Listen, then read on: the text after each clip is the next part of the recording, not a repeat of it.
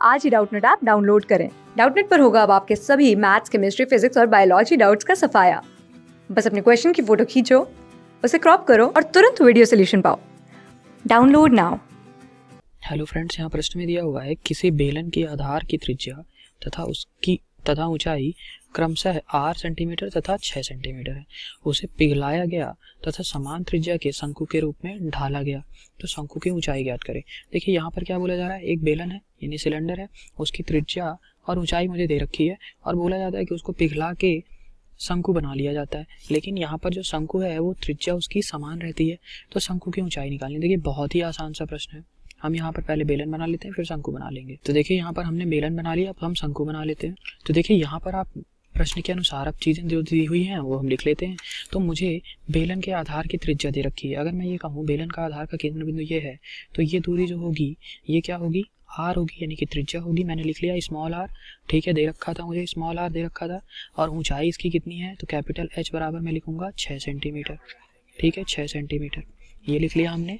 अब देखिए अगर मैं आपसे कहता हूँ कि इसके लिए मुझे कोण के लिए, इस शंकु के लिए त्रिज्या समान दी हुई है, यानी कि इसके भी आधार की त्रिज्या क्या होगी, स्मॉल आर होगी। अब मैं अगर इसकी ऊंचाई की बात करूँ, जिसकी ऊंचाई मुझे निकालनी है शंकु की, तो इसको मैंने लिख लिया स्मॉल एच, ठीक है, ये आपको पता चल गया।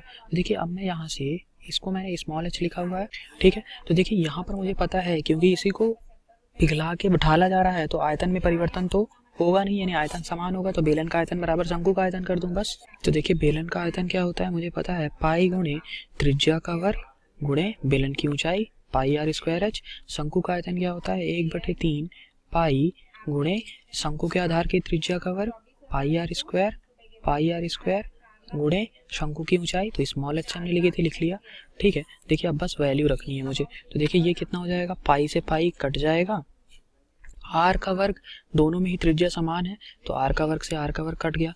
तो ये वैल्यू क्या आ जाएगी, एच मेरा दे रखा था 6 सेंटीमीटर, बराबर 1/3 गुणे स्मॉल एच। तो स्मॉल एच बराबर क्या आ जाएगा, शंकु की ऊंचाई है ये, तो ये आ जाएगा 6 गुणे 3 यानी कि 18 सेंटीमीटर, ठीक है। तो शंकु की ऊंचाई है क्या आ गई, 18 सेंटीमीटर, मेरा आंसर हो गया। तो देखिए ऑप्शन नंबर सी मेरा सही उत्तर होगा। Thank you. क्लास 6 से 12 से लेके नीट, IIT, JEE मेंस और एडवांस के लेवल तक 10 मिलियन से ज्यादा स्टूडेंट्स का भरोसा। आज ही डाउनलोड करें डाउटनेट ऐप या व्हाट्सएप कीजिए अपने डाउट्स 8400 400 400 पर।